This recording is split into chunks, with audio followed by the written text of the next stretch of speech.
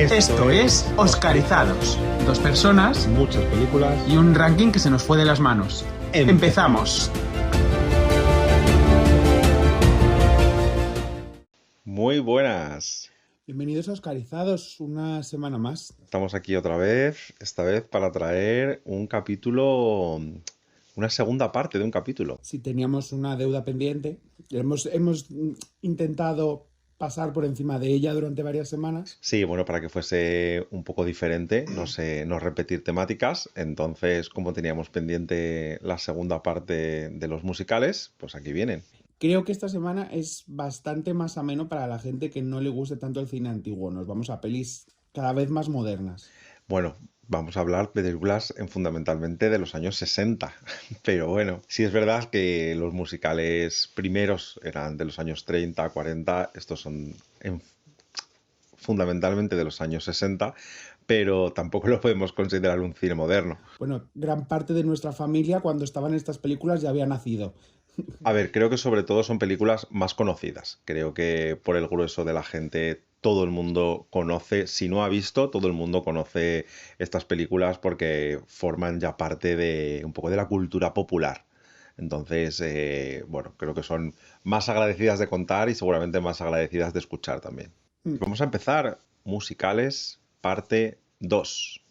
Bueno, pues empezamos con nuestra primera película que está en el puesto más bajo, después de las del episodio anterior, que está en el puesto número 62, con una nota de un 8,195. Ahora mismo no sé de qué año es, eso lo tienes que tener tú. 1964. Perfecto.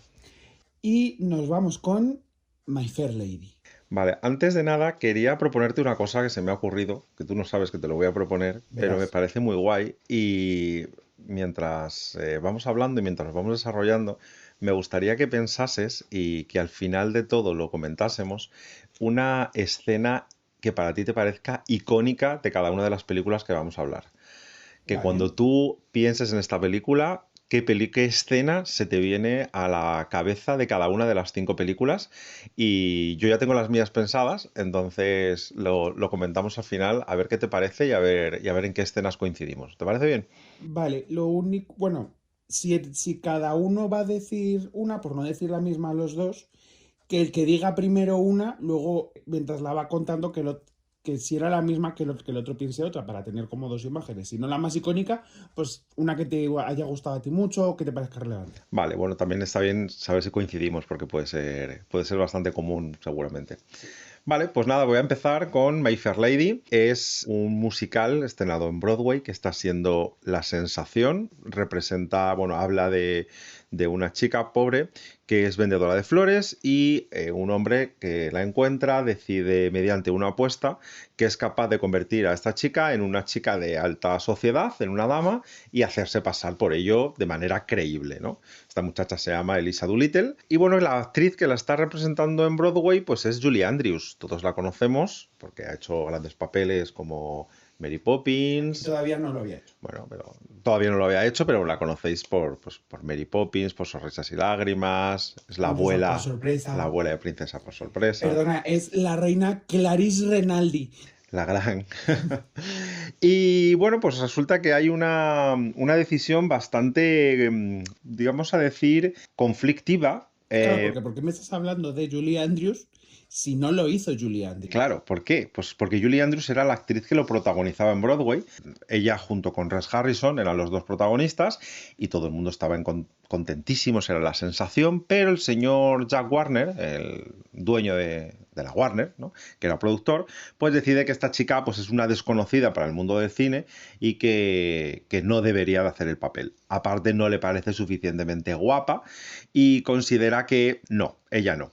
Y entonces pues se le ocurre que debería hacerlo actriz que la gente conozca y esto pues evidentemente si tú tienes una estrella pues la película tiene un reclamo, ¿no? Esto es lo que este señor pensó. Se lo propusieron a varias actrices famosas, a Elizabeth Taylor, a Leslie Caron, que si os acordáis era la protagonista de Gigi y de Un americano en París, a Vanessa Redgrave, la que no la querían porque era comunista, a Angela Lansbury y a Audrey Hepburn.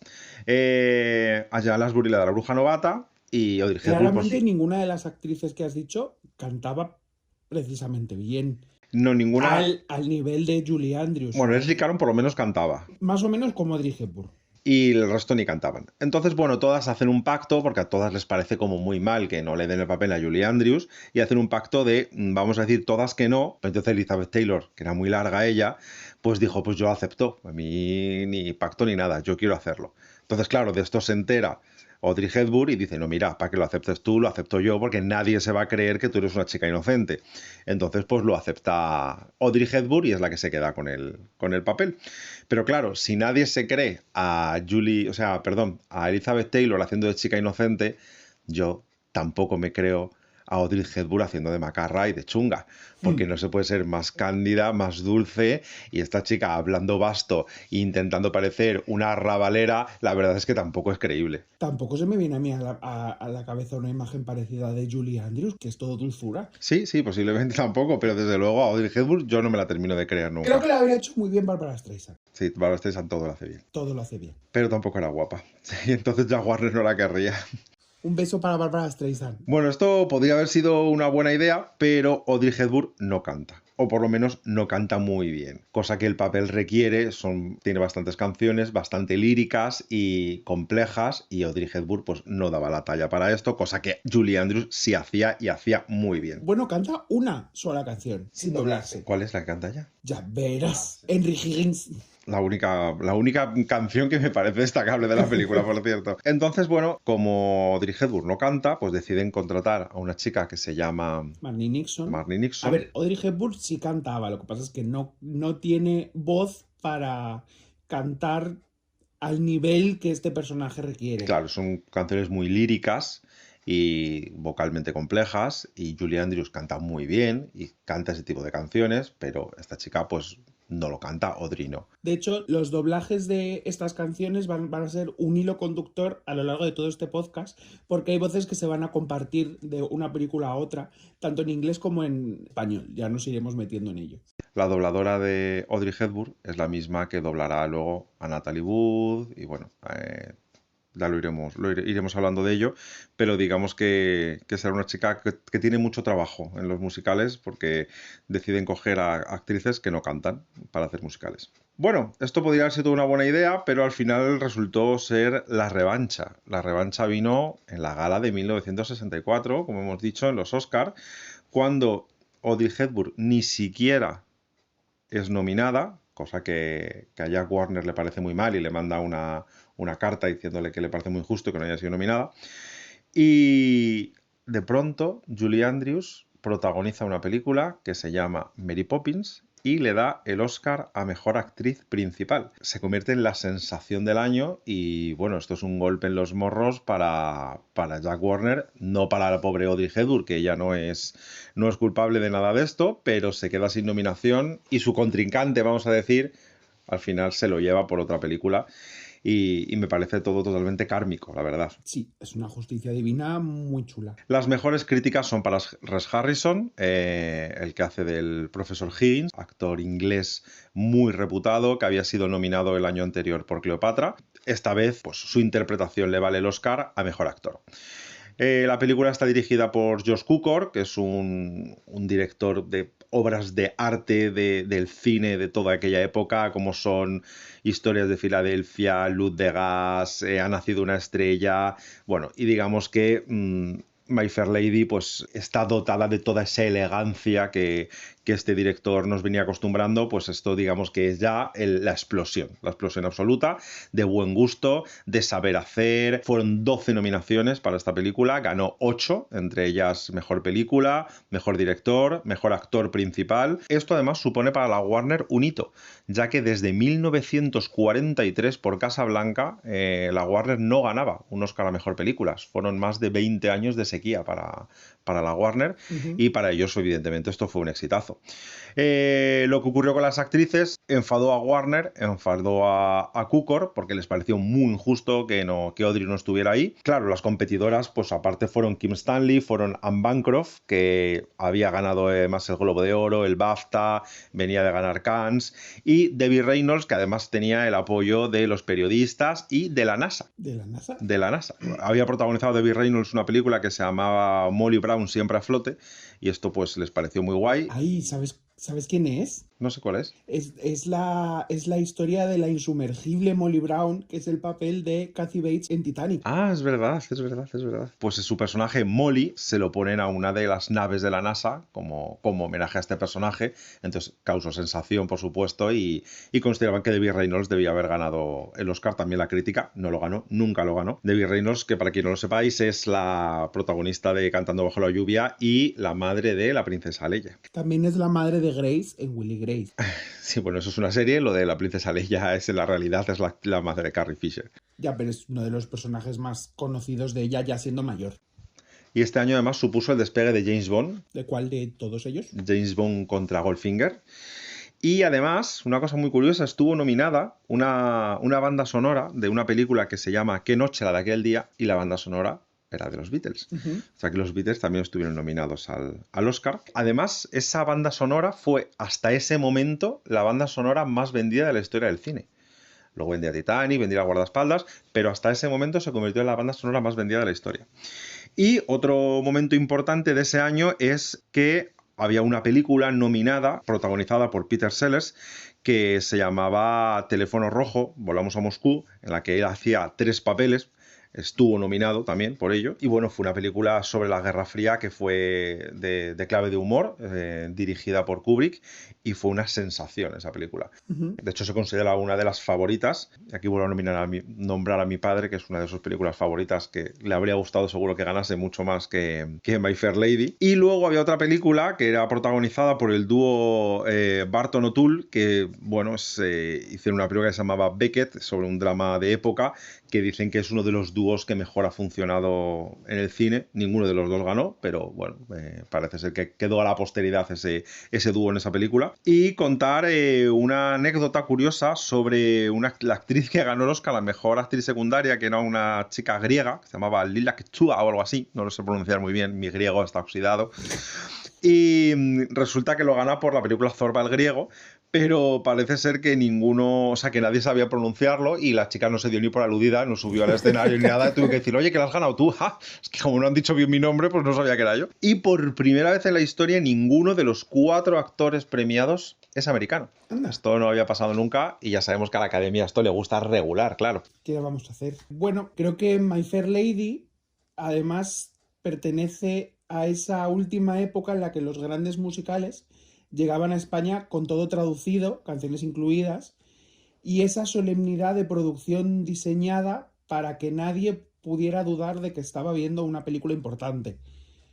La historia es una adaptación del libro Pigmalión, un absoluto clásico, pero contemplada, ahora tiene un punto de vista bastante turbio. Elisa, con Z, como Liza, no es solamente una mujer que aprende a desenvolverse en otro ambiente, es el proyecto personal de 2 hombres ricos que la recogen, la corrigen y la utilizan para demostrar lo inteligentes que son.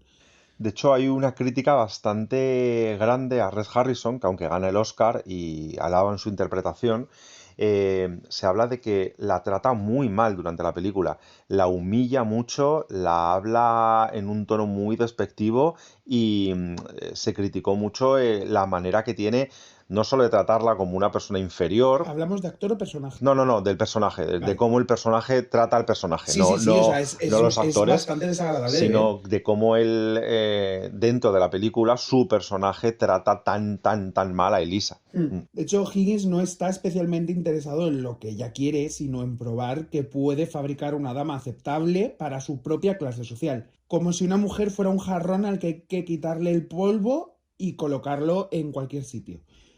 Audrey Hepburn creo que está adorable y molesta a partes iguales, pero también es el único personaje que aporta algo de aire fresco dentro de una película poblada de señores estirados que parecen convencidos de ser los propietarios legítimos de Londres. El vestuario creo que es fastuoso, los decorados están cuidadísimos, creo que estamos ante una gran película de estudio, está rodada principalmente en decorados, gran parte de ellos, bueno, la parte del Londres exterior lo vimos ya en Oliver, y la transformación visual que le hacen a Elisa funciona súper bien.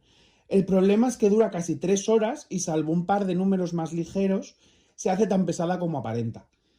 Luego ya está su padre, el de ella, que seguramente en su momento debía de resultar un señor muy gracioso, pero que ahora se ve más bien como un cara dura, borracho, egoísta y sin escrúpulos, al que a mí personalmente me dan ganas de abofetear con bastante regularidad. O sea, además se aprovecha muchísimo de ella y de quitarle el poco dinero que ella va ganando Sí, para beber, sí, sí, sí. básicamente.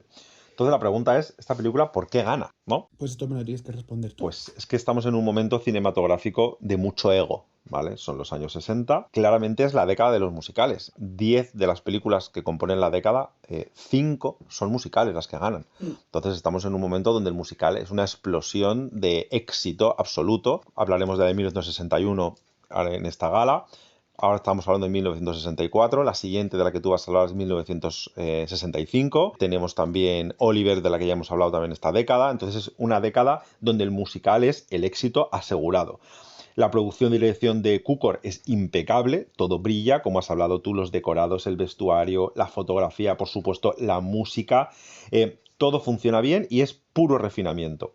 Pero ¿hay una verdadera ganadora en esta gala? Vamos a ver, la florista se convierte en alta dama de la sociedad gracias a unas lecciones de un señor que, bueno, considera que lo único importante para estar en la sociedad alta es saber hablar bien y portarte bien. Realmente, para él es lo único importante. Para mí esta película, uno de los problemas que tiene es que peca de estar enamorada de sí mismo, ¿vale? ¿Qué quiero decir con esto? Para que todo el rato se vea lo caro y lo lujoso que es, ¿no? Que quizá ahí está un poco la contradicción un poco con el personaje, ¿no? Porque, como he dicho, que la trata muy mal, él está extraordinario en su interpretación, es irónico, es preciso, es arrogante y él es el centro de la película realmente, pero esa manera de tratarla supongo que hace que a ella la cojas cariño, pero ella es un personaje muy molesto también. Mm. Ella es súper chillona, es gritona, es exagerada y ella tampoco te cae bien. Entonces es un personaje que es muy desagradable. Y tiene muchísimo carácter y eso le da bastante frescura. Y al final se convierte como en una fascinante combate de ingenios entre los dos, ¿no? Que es como... Pero no sé si tú estás de acuerdo conmigo, es como un romance raro, porque al final es casi como que no te cuadra que acaben juntos, porque él es como la obra que ella crea, entre comillas. Ella está magnética y en cierto momento te cuesta creer que esta chica también elija a un hombre que al final la ha tratado como un experimento. Me parece que está forzado la historia de amor al final y que puedan acabar juntos, da la sensación de que ella se merecía algo mejor. Mm. ¿No tienes un poco esa sensación al Sí, acabar de la hecho película? son de esta gente que no tienen absolutamente nada que ver uno con otro, por mucho que ella de repente sea una chica que aparenta ser culta, dentro de que haya cogido algo de cultura o sea, por este experimento, pero que no tienen absolutamente nada que ver.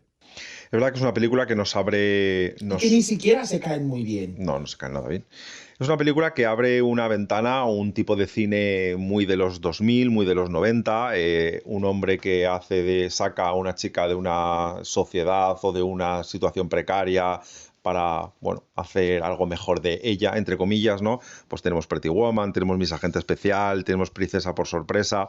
Creo que en su momento resultó ser Mis original. agente especial no estaba en una situación precaria. Era una señora policía que se hace pasar por Miss, pero ella tenía un trabajo ya estupendi. Sí, pero bueno, intentar hacer de una persona a alguien más refinado, intentar enseñarle modales, esto de refinar a alguien, hacerle ese cambio estético incluso, ¿no? De imagen para, bueno, pues para parecer de una sociedad o de un... La hacen parecer tonta, pero ella ya era estupenda de antes. Bueno, pero entiéndeme lo que te quiero decir, el refinar a una persona y darle ese cambio. La obra cumbre de Sandra Bullock, te vas a meter con ella, vamos, hombre ya. Y bueno, que resultó ser original y aunque para mí uno de los problemas que tiene es que casi todas las canciones no aportan nada. Es de esos musicales donde si quitas las canciones pues se hace bastante más amena de ver porque dura bastante menos y son canciones que son bastante insulsas en la historia. Sí, son de estos musicales que yo no recomendaría para alguien al que no le apasionen los musicales y que la quiera ver por simple completismo. No, se recrea mucho en ellas y enlentecen hasta frenar el ritmo de la película. Y bueno, creo que es de esas películas que, como has dicho, no te van a hacer amar los musicales de primeras. No. Sin embargo, sí que la recomendaría para alguien que le interese mucho la moda. Porque es verdad que el vestuario es una absoluta maravilla. Sí, bueno, esto llega además precedido de un éxito monumental en Broadway, lo que la hace todavía más fastuosa y más exitosa. Ese vestuario, que además es de las cosas más características, como has dicho, del cine. Esos sombreros Sí. enormes, esos vestidos, es que es una maravilla. Y bueno, el trío Cukor, Harrison, Hepburn, pues bueno, es una apuesta segura en esta época y al final vuelve a ganar lo monumental, vuelve a ganar lo seguro. Quizá Teléfono Rojo para Moscú de Kubrick y Mary Poppins eran mucho más originales. Mary Poppins era, siendo un musical, algo muy innovador que mezclaba animación con escena real. Fue un éxito del avance técnico y De hecho, es la que ha pasado más a la exactamente, historia. por supuesto, ha pasado mucho más a la posteridad, convirtiéndose en uno de los clásicos de culto y prestigio que ha envejecido maravillosamente bien y ha quedado mucho más grabado en el imaginario popular, desde De hecho, luego. es un clásico honorífico Sí. en Disney. Uh-huh. Y bueno, esto es un poco lo que te quería comentar de esta película y me gustaría que ahora me comentases cuál es tu escena clave de esta película que se te queda grabada. A ver, creo que la escena maravillosa para mí es al principio, no tiene absolutamente nada que ver, que es cuando Res Harrison está reconociendo acentos de todo el mundo y por otro lado está ella intentando vender las flores y es como que sitúa a todo el mundo en su verdadera esencia dentro de esta película. Que creo que es la que más se me viene.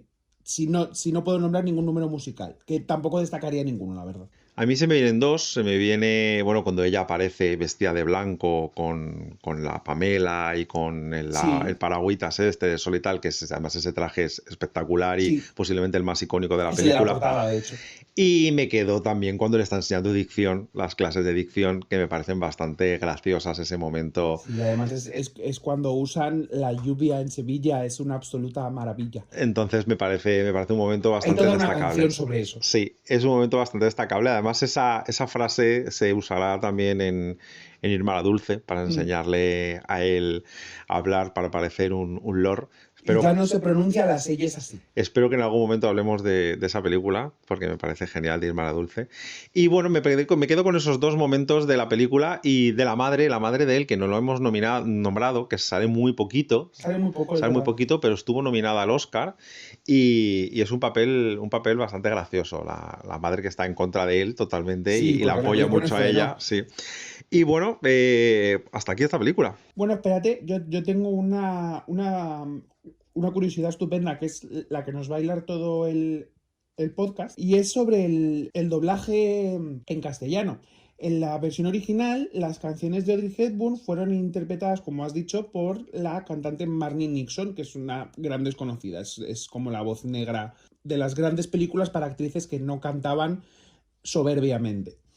Pero en España, la que dobla estas canciones es una cantante que se llama Teresa María, que también fue la voz que hizo Mary Poppins, Sonrisas y Lágrimas, y que además es la madre de Macaco. Sí, y también dobló a Natalie Wood, haciendo de María, ¿no? Esa fue Marnie Nixon, Ah, solo en inglés, no solo en fue en inglés. inglés. Ajá, vale, vale. También esta chica, aunque es algo menos conocida, está algo menos de nivel en el imaginario colectivo, también dobló las canciones de Chiti Chiti Bam Bam. Ajá. Me parece bastante aburrida esa película.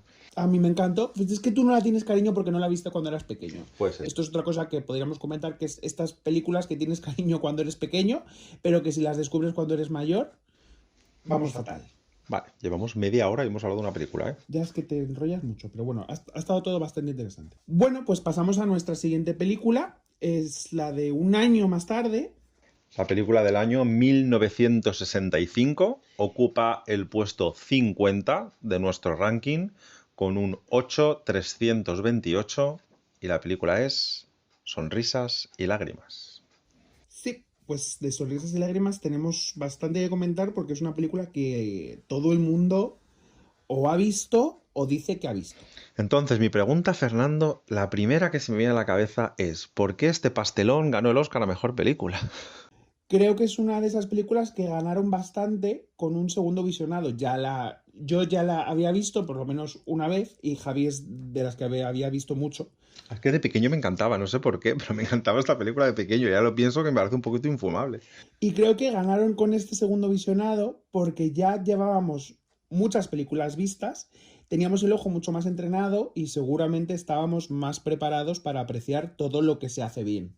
Además, después de ver My Fair Lady, esta me pareció muchísimo más amena. Y tampoco era una competición especialmente cruel. Basta con que alguien abra una ventana y corra por una montaña para que la película parezca tener el ritmo de Mad Max. Cosa que en My Fair Lady no pasa. Sí, es sorprendente que Sonrisas y Lágrimas al lado de My Fair Lady parezca trepidante. Sí. La protagonista es Julie Andrews.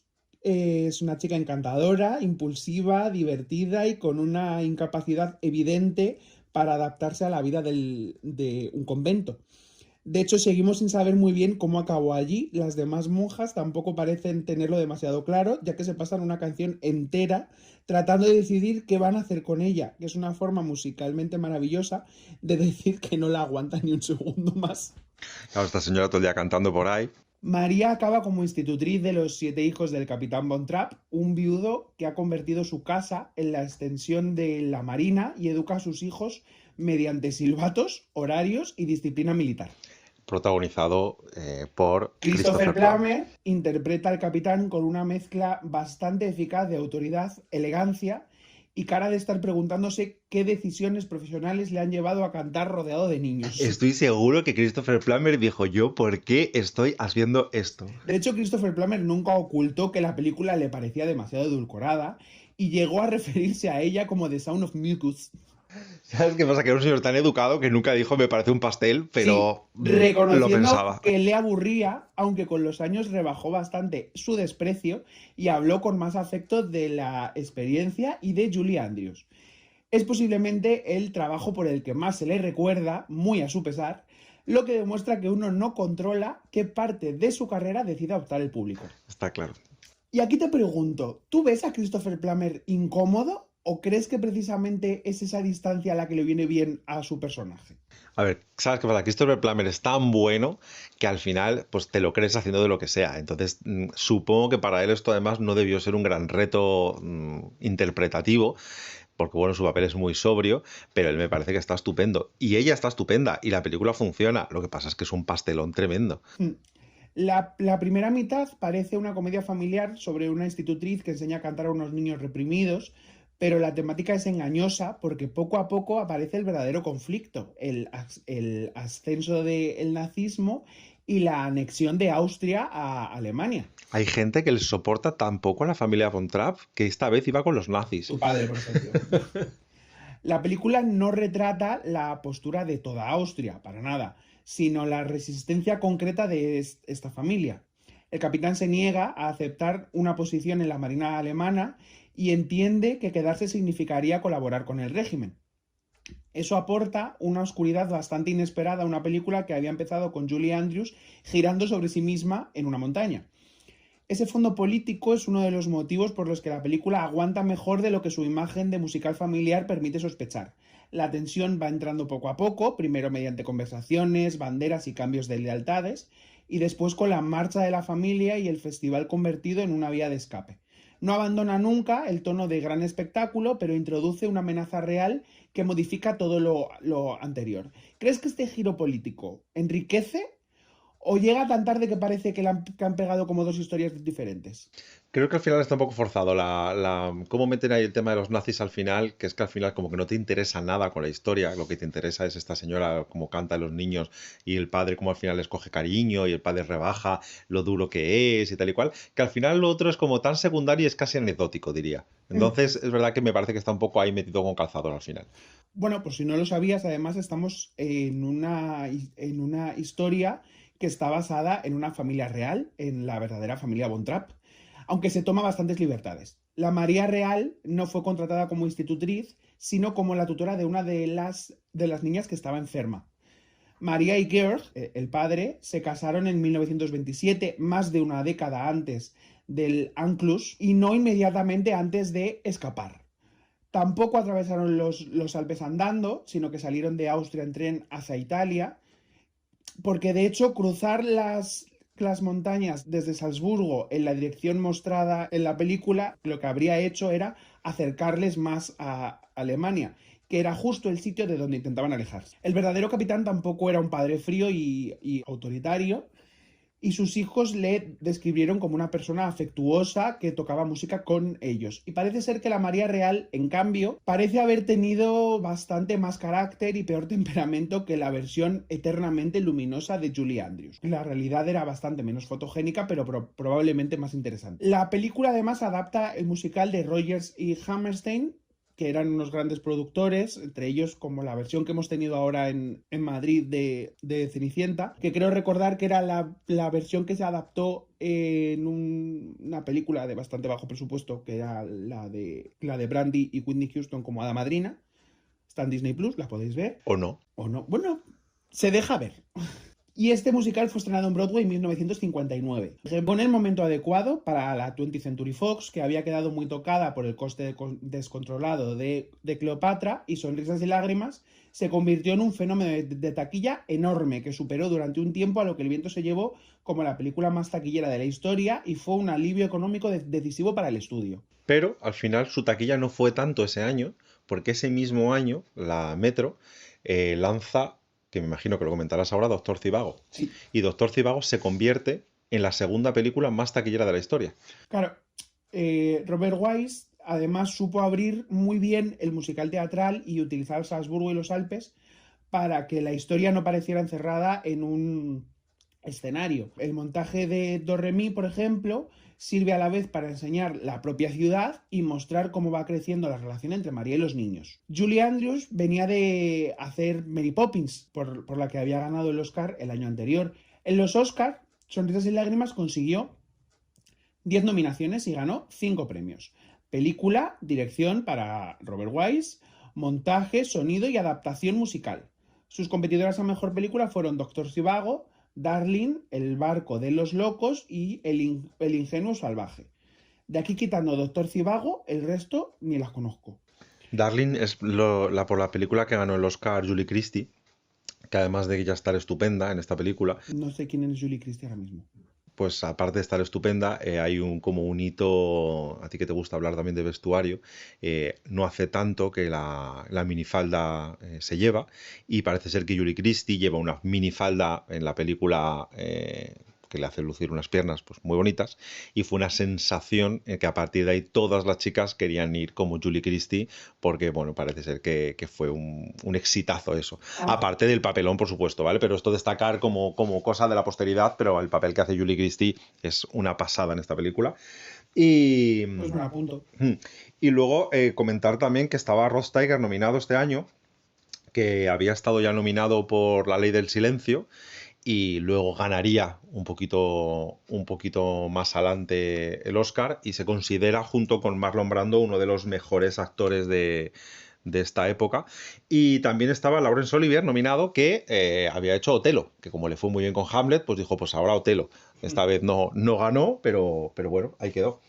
Y Doctor Zivago, evidentemente, fue un peliculón. Es una película de David Lean que fue un despliegue absoluto de medios y de todo, con Omar Sharif también. También salía Julie Christie, por cierto, aunque ganó el Oscar por Darling, estaba nominada, o sea, no estaba nominada, pero aparece también, es la protagonista femenina de Doctor Zivago.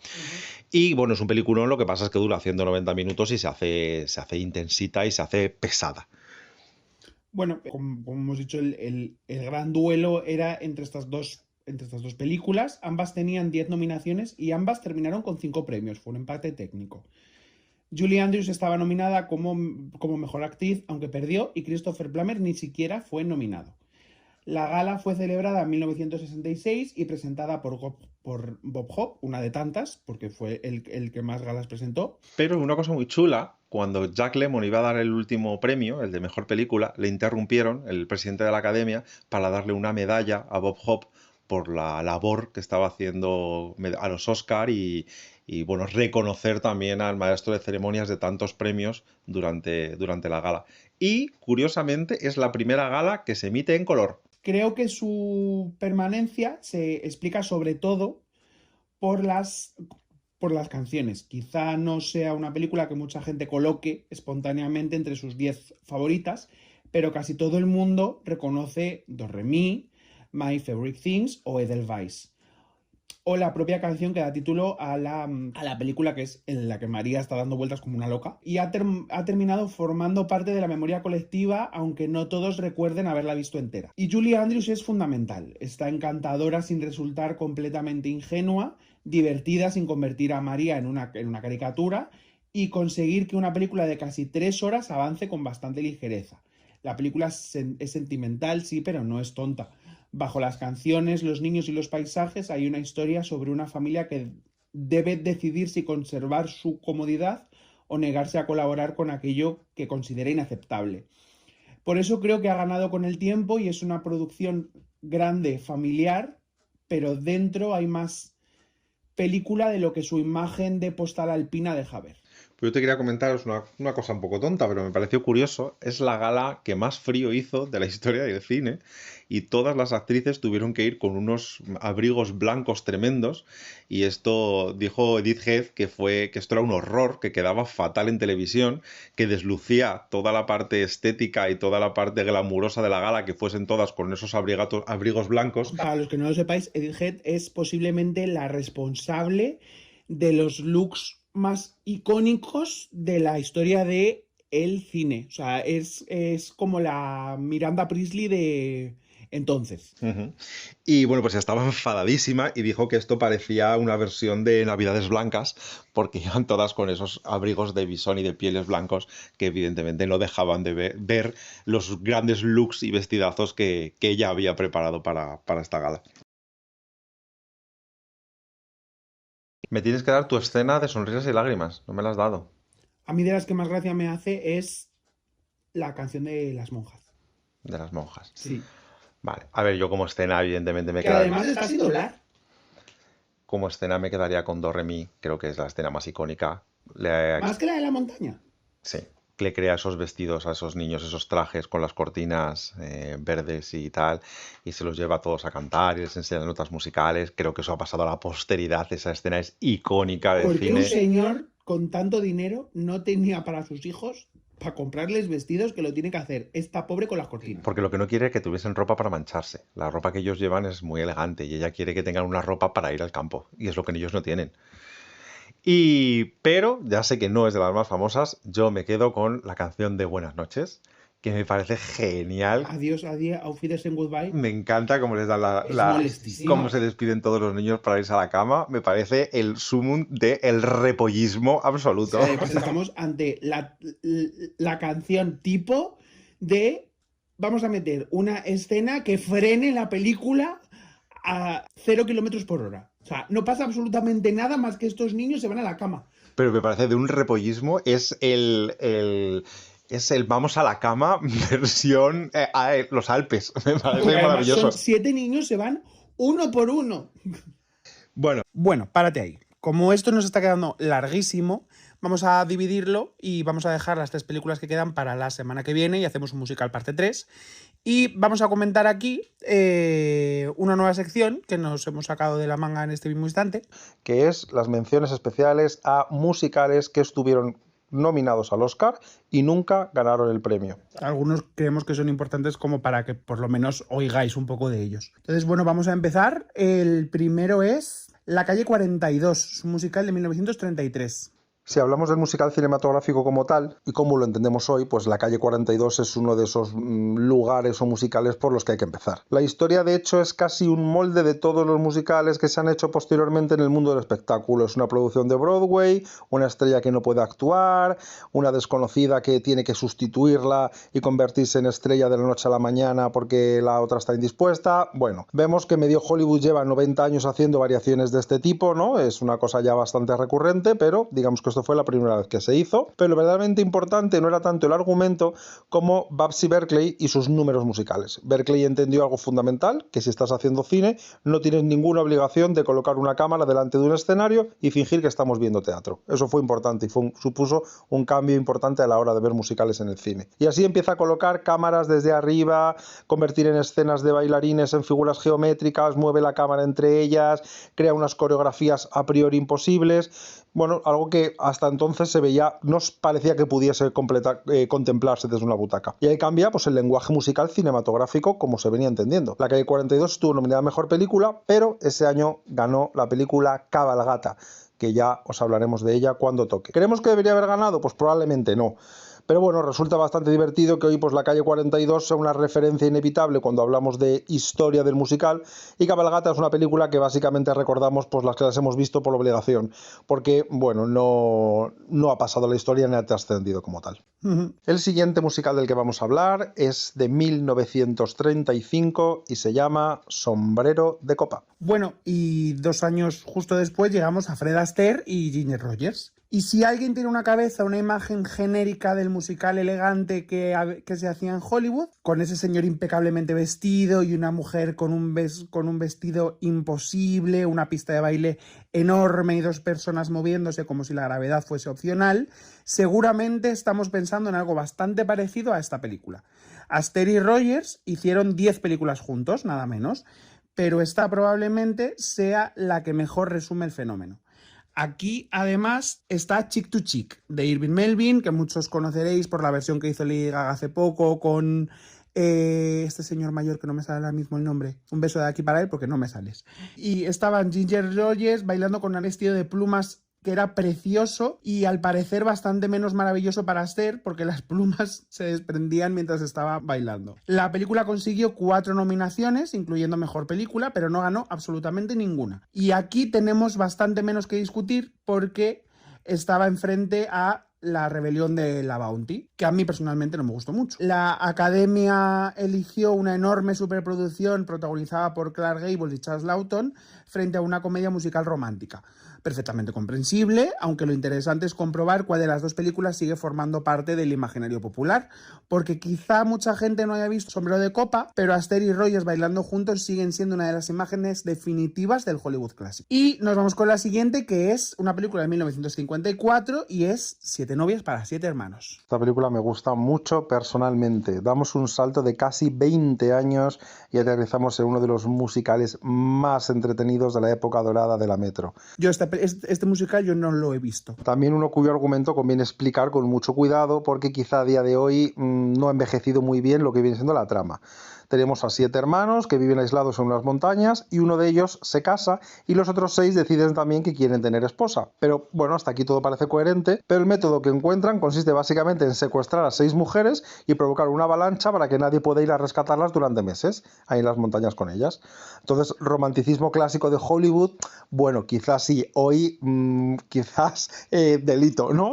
Un poquito. Especialmente, bueno, hay una famosa escena del granero que es una auténtica exhibición de coreografía, acrobacias, montaje y sigue siendo a día de hoy probablemente una de las razones por la que esa película permanece viva.